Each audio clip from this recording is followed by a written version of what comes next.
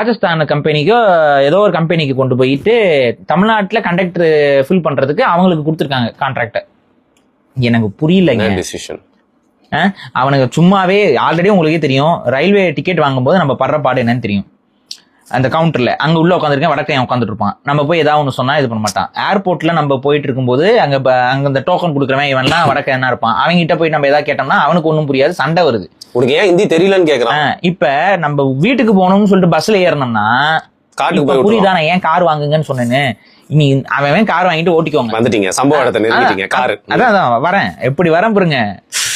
So இப்போ பேசிக் என்னன்னா, வடக்கத்திக்காரர்களை கொண்டு வந்து கண்டக்டருக்குலாம் நீங்க வேலைக்கு போட்டீங்க அப்படின்னா அவன் என்ன நமக்கு எனக்கு ஒன்றும் புரியல. ஒருவேளை இந்த இன்ஃபுளுசர்ஸ்க்குலாம் வேலை கொடுக்க போறாங்களோ. சொன்னால பிஎம்ங்க பெரிய கணக்கு விசில் கண்டக்டர் ஏங்க எல்லாமே கனெக்ட் ஆகுதுங்க. இதுலயும் ரஜினியோட ஐடென்டிட்டி எடுத்துட்டாங்க. இதுல என்னங்க அவருக்கு கண்டக்டர்னா ஃபர்ஸ்ட் அவர் தான் ஞாபகம் வருவாரு. இப்ப கண்டக்டர்னா வடக்கர்கள் ஞாபகம் வருவாங்க. விசில் சரி ஓகே தான் போங்க அவரு என்னமோ பண்ணுங்க, நீங்க விசில் அடிக்கிறது விசில் அடிச்சுன்னு கடைசியில வந்துட்டு